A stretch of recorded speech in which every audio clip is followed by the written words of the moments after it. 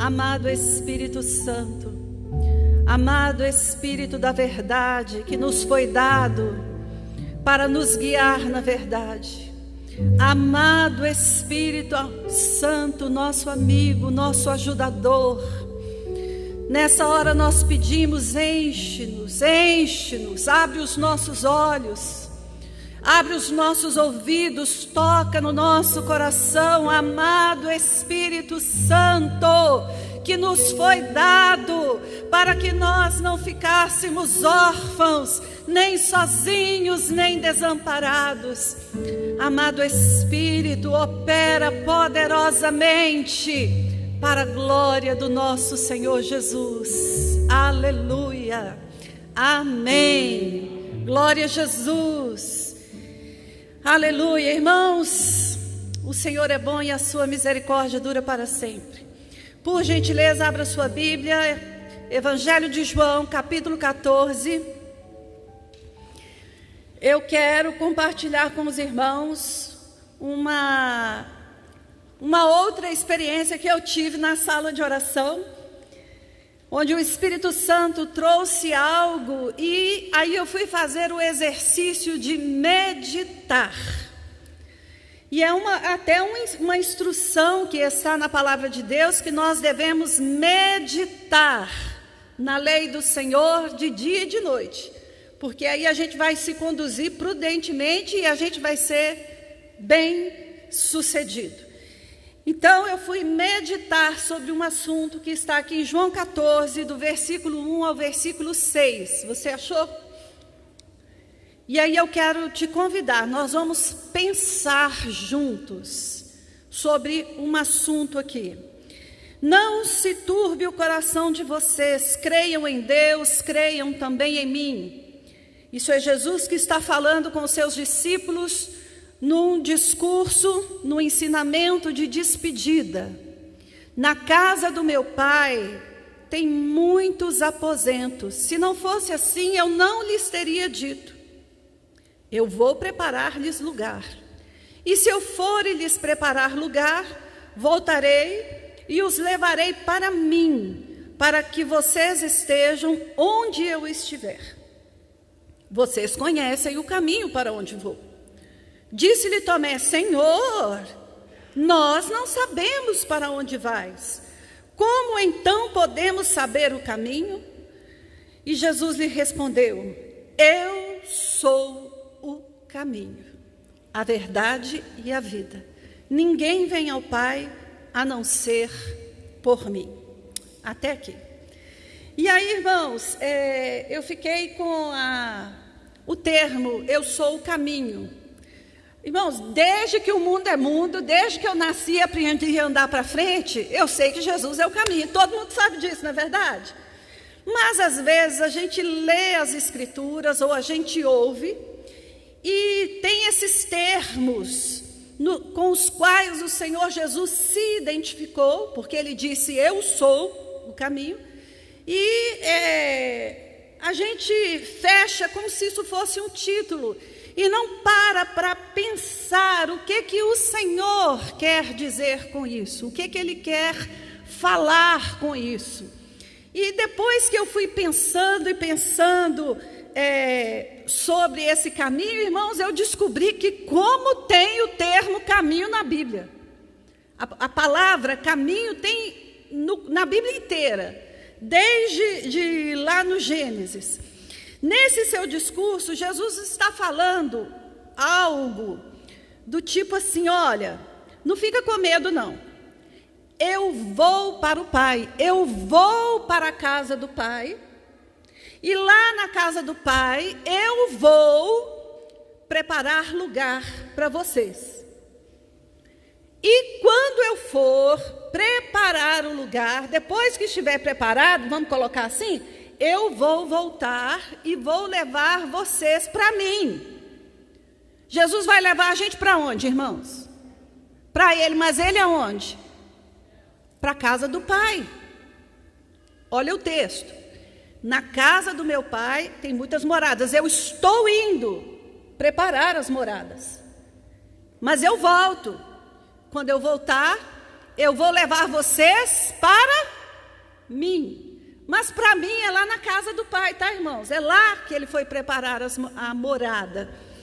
E aí,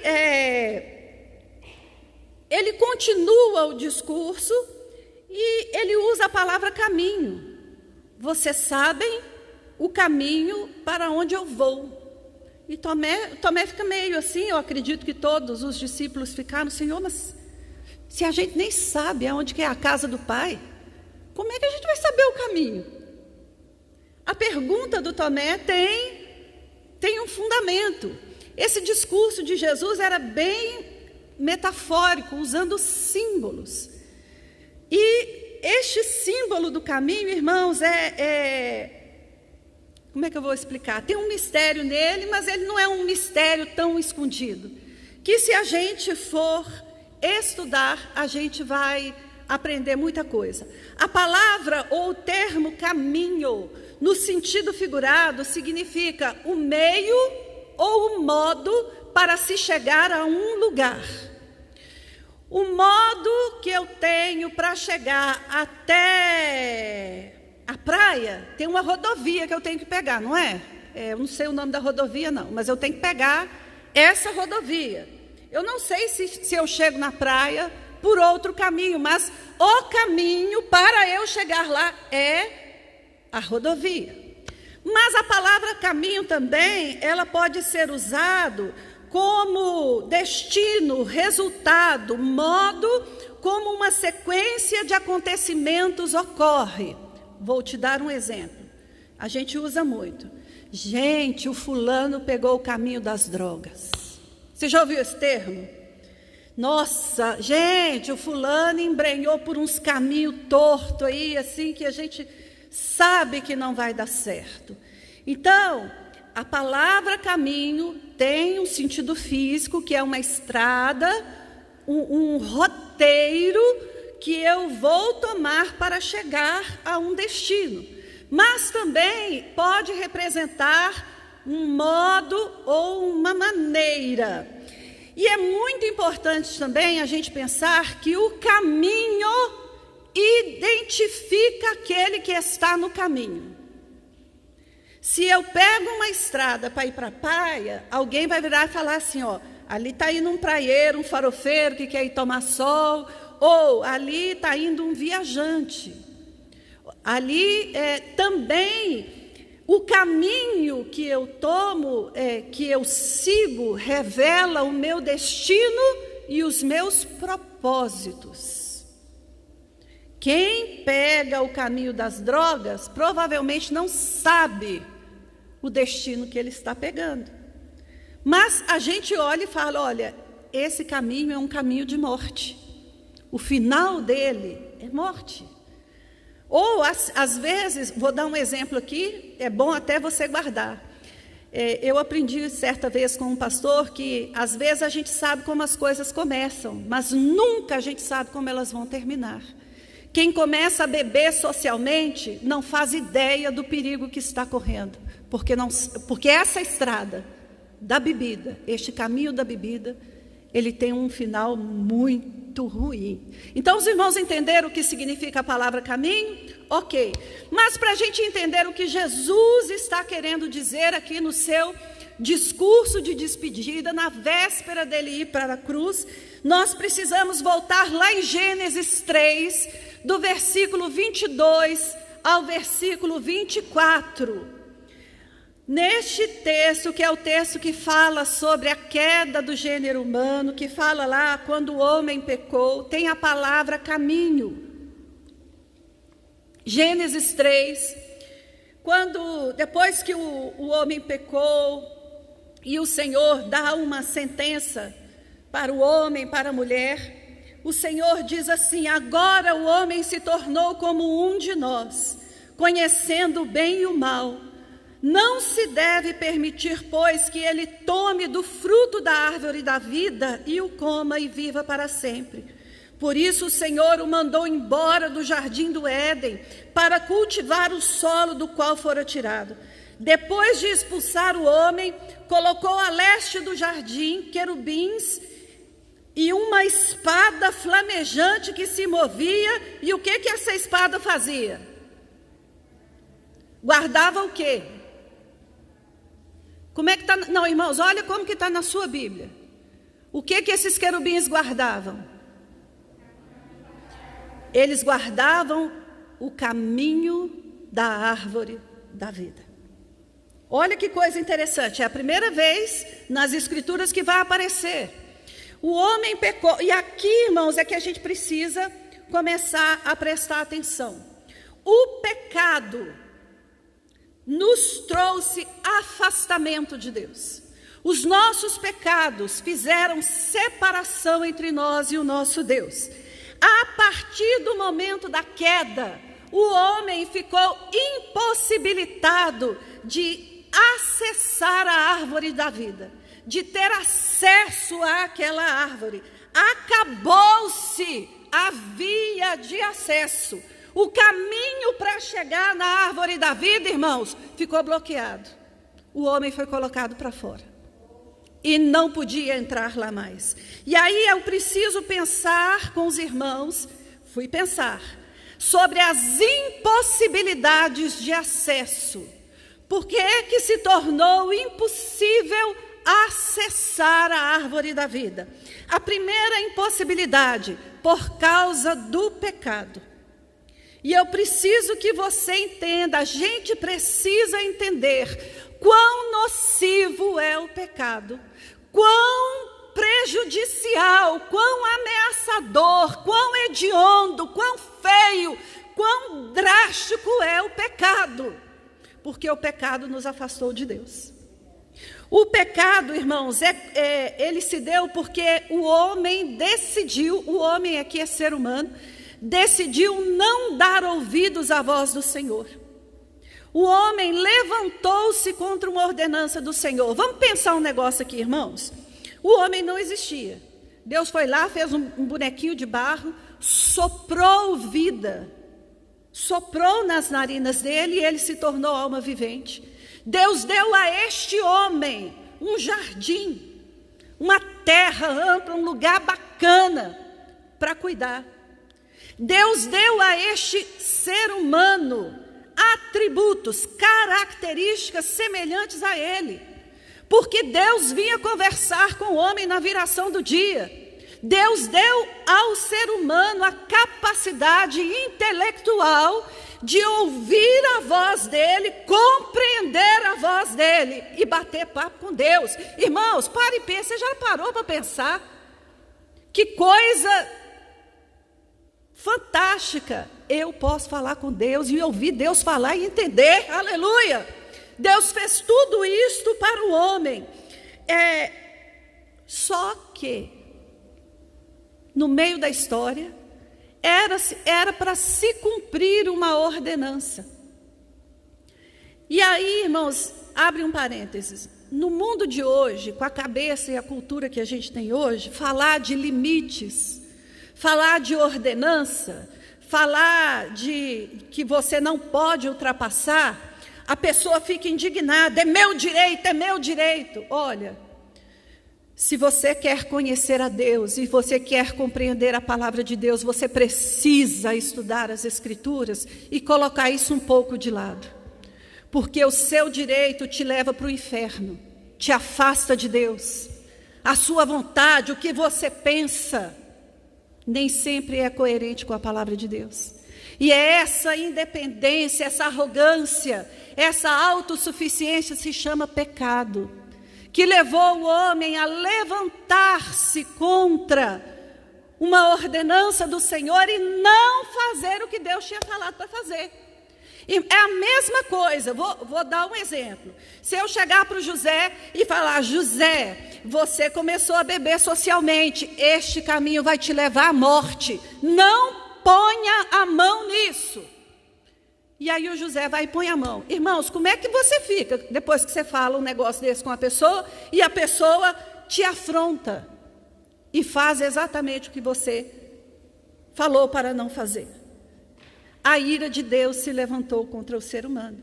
E detalhe, Deus já tinha avisado. No dia que você pegar este caminho, certamente você vai morrer. Foi avisado. Mas o homem tomou a decisão deliberada de não fazer aquilo que Deus falou para não fazer. O pecado, ele é uma transgressão, é uma desobediência, uma rebelião contra os princípios e aquilo que Deus falou para a gente não fazer. E a consequência do pecado é o quê? A morte. E aí, a morte significa acesso negado à árvore da vida. Os irmãos estão compreendendo? Acesso negado. Eu acho que eu fiquei pensando que a palavra acesso negado está mais no nosso imaginário hoje, né? Você quer entrar num site, vai lá, abre, aí está escrito acesso negado, significa que você não tem a senha para entrar. Você não está habilitado para entrar. Então, a primeira impossibilidade de acesso para a árvore da vida, para o caminho que levava à árvore da vida, é o pecado. A segunda impossibilidade que eu fui pensar, irmãos,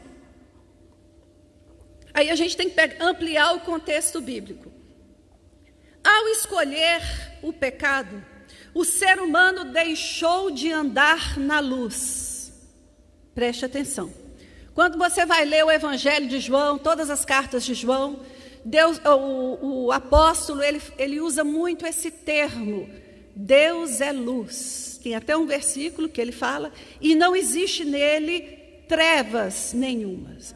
Irmãos, a fonte da luz, a fonte do conhecimento, a fonte do entendimento, a fonte da vida é o próprio Deus.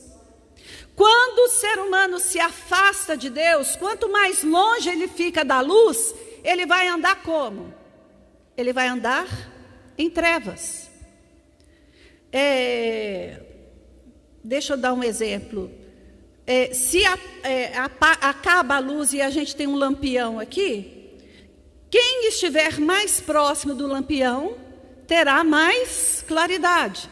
Mas quem está mais distante vai enxergar menos, correto? E é muito interessante, quando a gente fica muito tempo na escuridão, o que acontece? Quando a luz acende, você enxerga mal, não é verdade?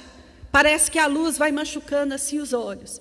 E aí eu fui pensar, irmãos, quem anda na escuridão, quem se afasta de Deus e anda em trevas, não enxerga. É cego, não é verdade? Não, mas eu vejo. Mas você vê o que na escuridão? Está tudo escuro. Então, essa escuridão do ambiente torna a gente cego. Além de pecador, transgressor do mandamento de Deus, nós passamos a andar em trevas. E ao andar em trevas, nós nos tornamos cegos. Quem anda na escuridão não consegue ver o caminho em que está andando. Aí presta atenção. Você começa a andar, não sabe para onde você está indo, começa a andar, o que vai acontecer? Você vai ficar perdido. Mesma coisa de quem quer chegar na praia, como eu, e não sabe qual é o nome da rodovia, não sabe dirigir, não sabe ler as placas. Eu vou chegar onde, irmãos? Lugar nenhum. Vou me tornar uma pessoa perdida. Essas palavras que eu estou usando aqui, todas elas você está familiarizado com elas, não está? Perdido, cego, trevas, luz, porque a gente lê nas Escrituras. Só que nós precisamos juntar isso e dar um sentido. A fonte da vida, a fonte da luz é o Senhor.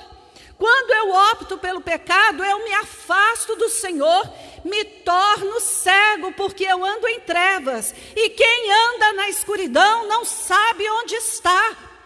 Vai viver em perigos, vai viver em assaltos, vai tropeçar, vai cair, porque está perdido. Pecador, cego, perdido e andando em trevas.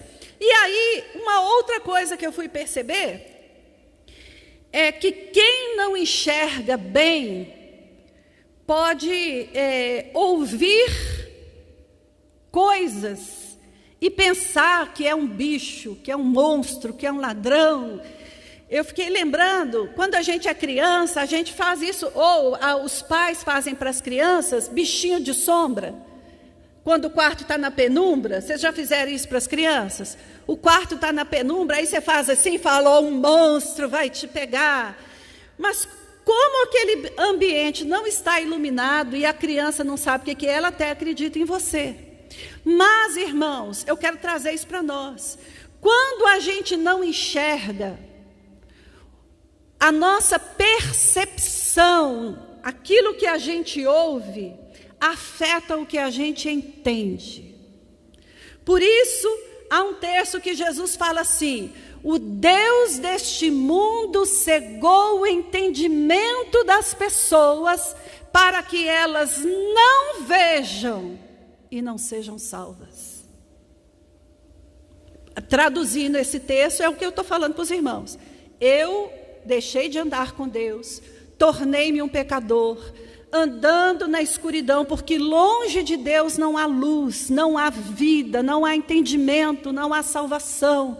E aí eu fico andando nessa escuridão, eu me torno um perdido. E no meio dessa perdição, qualquer coisa que eu ouço, eu vou atrás dessa coisa e de repente eu posso estar caindo num buraco. Eu sou um perdido pecador, com a morte me rondando. Então, preste atenção na figura de linguagem. E detalhe, não tenho nenhuma possibilidade de voltar, porque eu não sei o caminho de volta. Aliás, não tem caminho de volta. O acesso foi negado. O acesso é negado por causa do pecado, e a cegueira e a falta de entendimento não me possibilitam chegar até o Senhor. Compreendido, irmãos? Tem uma terceira impossibilidade. A terceira impossibilidade do homem perdido, pecador, cego, resolver o seu problema é a justiça de Deus. E aí aqui, irmãos, eu preciso muito, muito, muito que a gente pense. Nós precisamos conhecer o Deus que nós servimos. Domingo, acho que foi domingo passado que o pastor Silas, que dia que o senhor pregou? O pastor falou assim, na ceia, o pastor Silas falou sobre a mentira, vocês lembram? E ele ainda virou e falou assim: eu queria muito que os crentes entendessem, seja o vosso dizer sim e o não, não, porque o que passa disso é de procedência maligna. Irmãos, o nosso Deus é um Deus santo, é um Deus íntegro, é um Deus justo, é um Deus de equidade, aleluia. Ele não pode negar a si mesmo, a essência e o caráter de Deus. Ele é santo e ele não tolera o pecado. E ele falou, irmãos, Deus não volta atrás naquilo que ele fala. Oh, como nós precisamos conhecer o Deus que eu sirvo. Deus entende. Olha, eu acho que você precisa ter cuidado. Deus entende. E Ele quer que você também entenda. Porque Ele é santo. Ele é santo. Ele é santo. Aleluia. Ele é santo. E aí, irmãos, este pecador que deliberadamente escolheu não dar ouvidos a Deus, Deus já tinha falado com ele. Irmãos, eu preciso, Jesus, que o Espírito Santo faça a gente entender. Preste atenção. Se eu falar com você assim, não põe o dedo aqui, que se você pôr o dedo aqui, você vai se queimar. Não é isso que você fala com a criança? Não põe o dedo na tomada, não, que você vai tomar choque. O que a criança faz? Vai lá e... Tem como você livrar a criança do choque? Tem como você voltar atrás naquilo que você fala por causa do choque? Vou fazer as palavras do Senhor. Não se aproxime, não coma, porque no dia que você comer, certamente você vai... Aí eu pego e como. Tem como ele me livrar disso? A escolha é de quem? E aí aqui, irmãos, a impossibilidade do acesso a árvore da vida, também se dá por causa da justiça de Deus. Ele falou, e ele não vai voltar atrás, porque a gente simplesmente resolveu desobedecer. Então, veja bem, são essas as impossibilidades de acesso à árvore da vida. E aí eu comecei a pensar algumas coisas. O ser humano não tem em si recursos para vencer o pecado. Não tem. Não tem, irmãos. Você pode se cortar, você pode se mutilar, você pode plantar bananeira, você pode vestir de branco, jogar purpurina, que não vai resolver nada. Nós somos pecadores e não há em nós recursos. Não há também em nós recursos, nem em nós e nem na criação, para comprar algo que resolva o nosso problema do pecado. O nosso dinheiro não resolve o problema do pecado. A nossa força não resolve o problema do pecado. A nossa inteligência, a nossa performance, a nossa expertise não resolve o problema do pecado. E isso, irmãos, é um golpe na nossa vaidade, no nosso orgulho. E o homem não tem em si mesmo recursos para aplacar a ira de Deus ou para satisfazer a sua justiça. Resumo da ópera, irmãos, nós estamos torrados no sal. O ser humano está perdido, condenado à morte. Mas este Deus justo, esse Deus santo, nos amou de tal maneira, estando nós mortos em nossos delitos e pecados, e Ele continua sendo santo, e Deus sendo rico em misericórdia, por causa do grande amor com o qual Ele nos amou, quando nós estávamos mortos nas nossas transgressões. Ele resolveu nos dar vida juntamente com Cristo Jesus. Aleluia! Aleluia! Irmãos, é muito importante que a gente entenda. Não há em nós recursos de salvação. Então, Deus se fez recurso para nos salvar. Aleluia! Ele se fez um recurso. Eu até queria... Eu não consegui, eu queria falar com uma advogada para entender o que é recurso. Quando você tem uma causa e vai na justiça e o juiz fala, não, está condenado.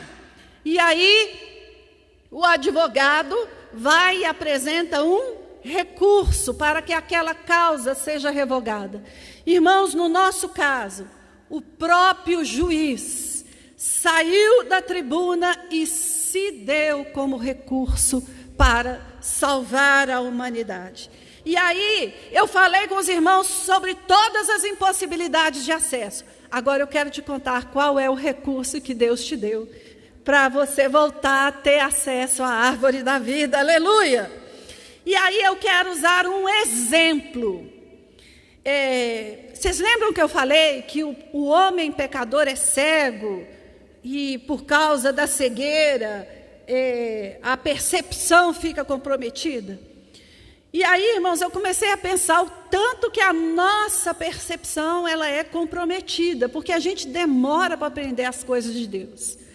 E aí eu fui pensar que Deus, ele elaborou um plano de salvação.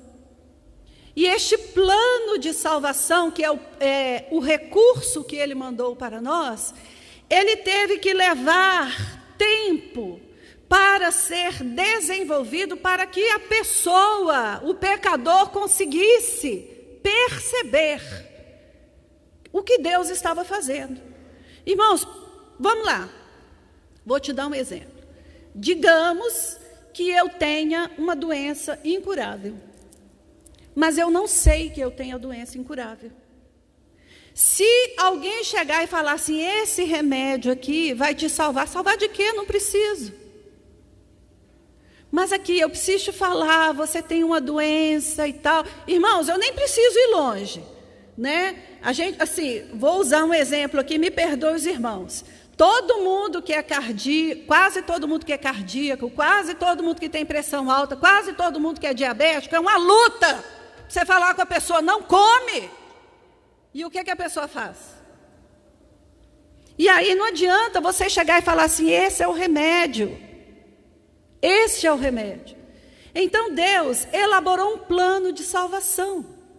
E ao longo da história, Ele foi mostrando isso, chamou Abraão, Isaac, Jacó, fez deles um povo, foi se relacionando com eles. Quando eles se tornaram um povo numeroso, Deus os tirou do Egito, manifestando sinais e prodígios. Vocês lembram dessa história do povo de Israel? O povo acreditava em Deus, irmãos? Não. Mas Deus continuou aquela revelação, levou eles para o deserto e falou assim, olha, eu vou andar no meio de vocês. Então vocês vão construir um tabernáculo e eu vou morar lá no meio. Quem já estudou o tabernáculo aqui? Eu quero mostrar para os irmãos, rapidamente, como é que Deus foi ensinando na história ao seu povo que Ele providenciou um caminho de acesso, um retorno para Ele. Quando Deus mandou fazer o tabernáculo e colocar lá no meio, primeira coisa que eu preciso que você pense, quem pensou no tabernáculo e mandou fazer o tabernáculo? Quem? O que Deus queria mostrar com aquilo? Que só Ele tem o recurso para nos trazer de volta para Ele. Amém?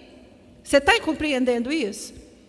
Eu estou querendo te mostrar nas Escrituras como é que Deus vai nos ensinando qual é o caminho de acesso. Qual é o retorno para Ele. O retorno para Ele, Ele começou a ensinar, eu vou estar no meio de vocês. Vocês vão ter que vir celebrar festas. Mas aí quando o povo chegava no tabernáculo, o tabernáculo tinha um muro alto, uma cortina alta e só tinha uma porta de entrada. E é interessante que as cortinas do tabernáculo eram altas. Será que dava para pular? Se eu quisesse entrar lá? Não. Dava para passar por baixo? Não. Quem quisesse ter acesso à presença de Deus, tinha que entrar só por uma portinha. E era só por aquela porta. Mas quando a pessoa chegava na porta, a pessoa podia entrar? Não. Lá dentro, só 2 famílias entravam, que eram os levitas e os sacerdotes. Mas a pessoa podia ir até a porta. Mas para chegar ali, tinha algo muito interessante, irmãos. Tinha um altar de sacrifício. Porque sem derramamento de sangue, não há remissão de pecados. Porque o salário do pecado é o quê? A morte. O que aplacava a ira de Deus? A morte. Então, um animalzinho, quando eu pecava, eu tinha que ir lá no tabernáculo, chegar na porta com um animal. Era qualquer animal? Como é que era?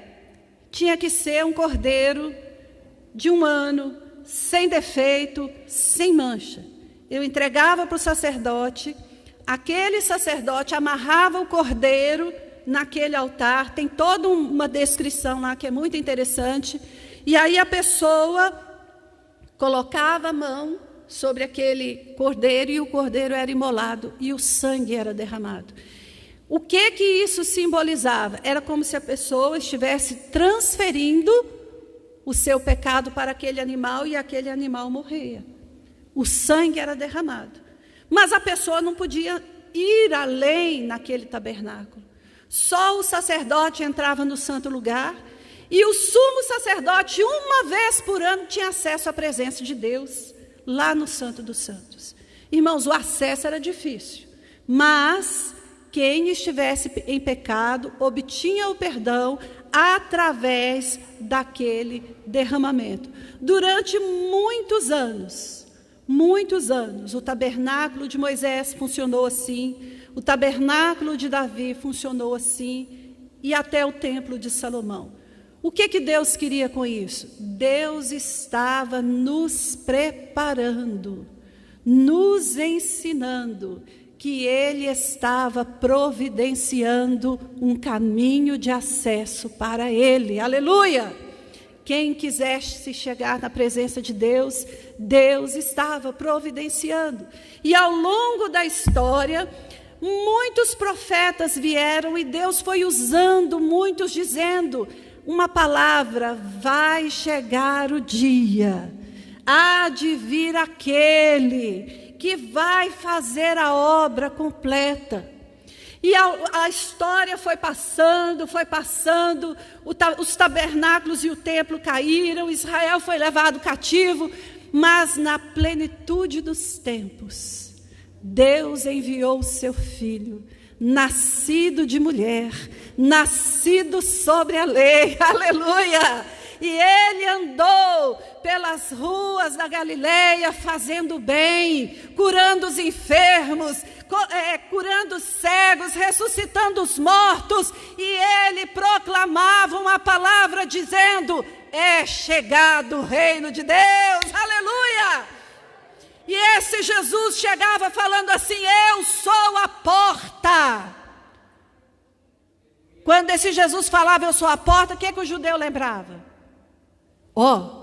Que porta que ele lembrava? A porta do tabernáculo. Eu sou a porta, quem entrar por mim. Jesus foi ensinando: eu sou o pão vivo que desceu do céu, eu sou a água da vida, eu sou a ressurreição e a vida. E Jesus começou a ensinar, mas Jesus falava sempre com os seus discípulos: olha, eu vou ser morto, mas tenha paciência, eu vou ressuscitar o terceiro dia. E aí, irmãos, nós chegamos aqui em João 14. Jesus, no final do seu ministério, reuniu os seus discípulos e começou a conversar com eles: está chegando a hora. Você lembra que tem esse termo na Bíblia? Jesus, lá nos evangelhos, e aí que você vai compreender, quando Jesus fala assim, está chegando a hora, não era só aquele momento, irmãos, estava chegando a hora do cumprimento do plano eterno de Deus. O Cordeiro de Deus que tira o pecado do mundo. Vocês lembram que Jesus foi identificado assim por João Batista? Eis o Cordeiro de Deus. Este Cordeiro ia para a cruz. Lembra lá no tabernáculo? O Cordeiro ia para onde? Para o altar de sacrifício. Jesus Cristo foi para a cruz. Só que antes dele ir para a cruz, ele faz esse discurso e ele vira para os seus discípulos e fala assim: olha, não fiquem perturbados, não se turbe o vosso coração.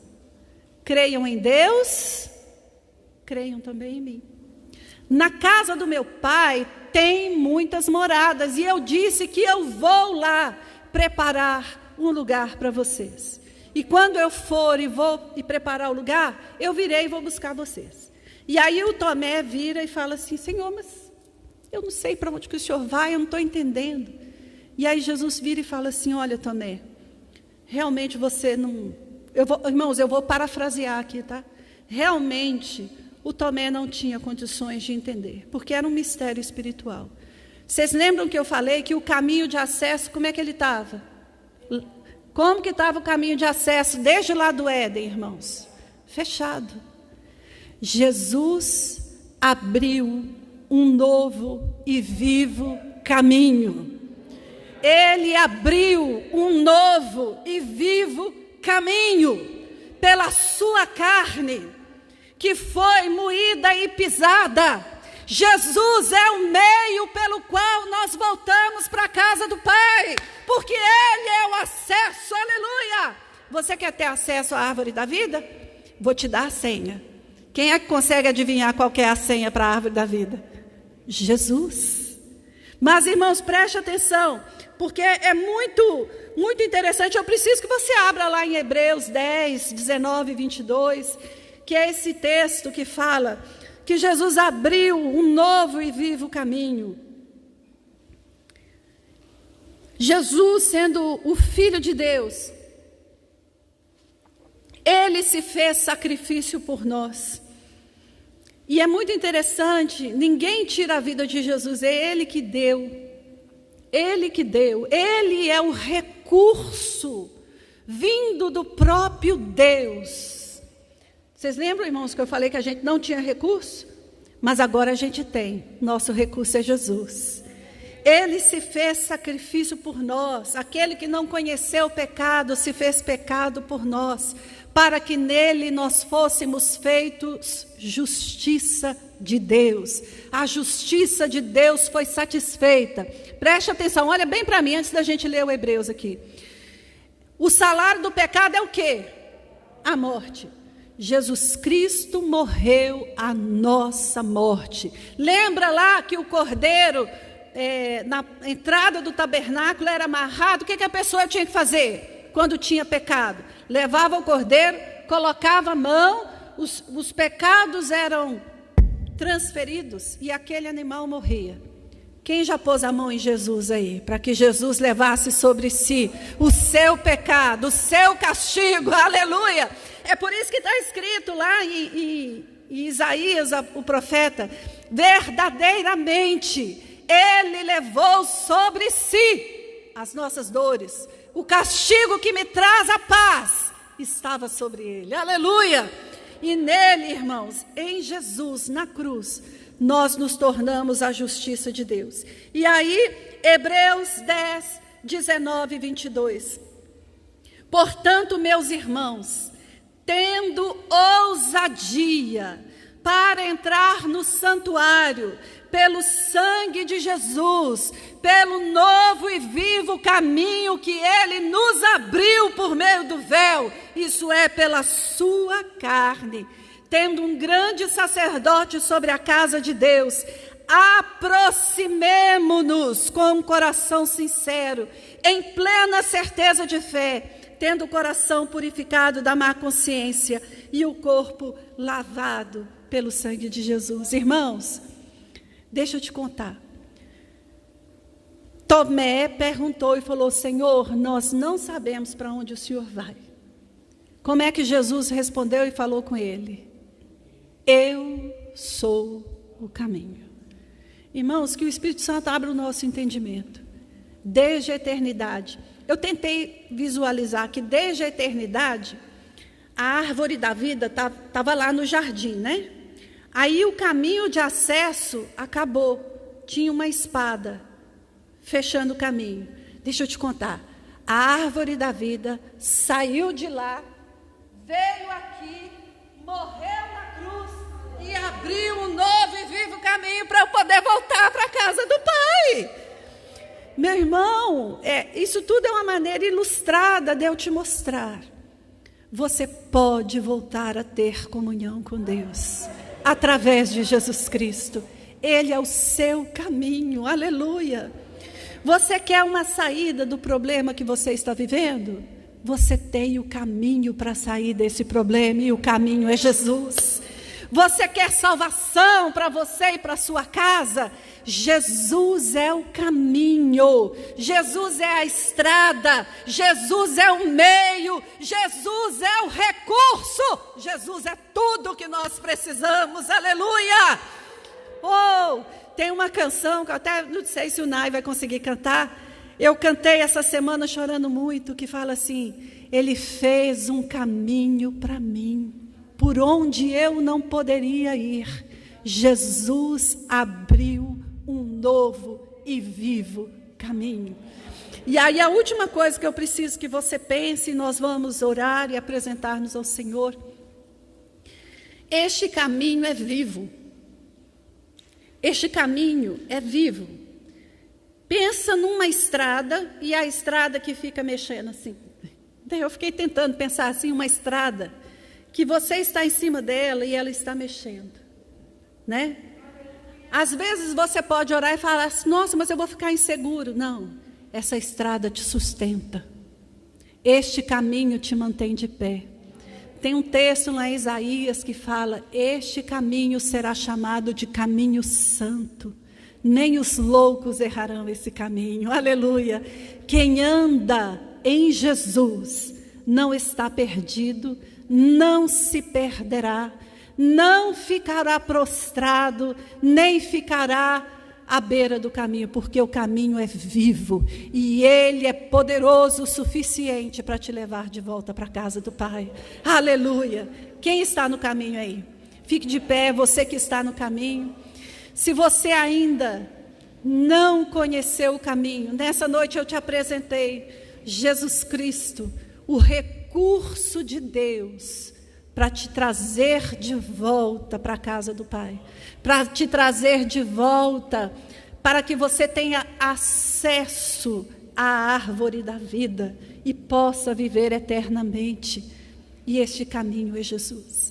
Se você ainda não está neste caminho, eu convido a você a fechar os seus olhos e fazer uma oração comigo e pedir: Jesus, eu quero o Senhor como meu recurso, como meu caminho, como a minha salvação. Eu quero ter acesso ao Pai. Eu quero ter acesso à árvore da vida. Eu quero entrar por esse novo e vivo caminho. Este caminho é caminho santo. Feche os seus olhos. Você que já está no caminho, você precisa dar uma acertada. De vez em quando a gente precisa dar umas acertadas, né, irmãos? Louve a Deus pelo recurso que Ele te deu. Louve a Deus. Ele é o caminho. Ele é o caminho. Jesus Cristo é o caminho. Ele é a verdade. E nós estamos nele, nós vamos nos encontrar com o Pai. Aleluia. Louvado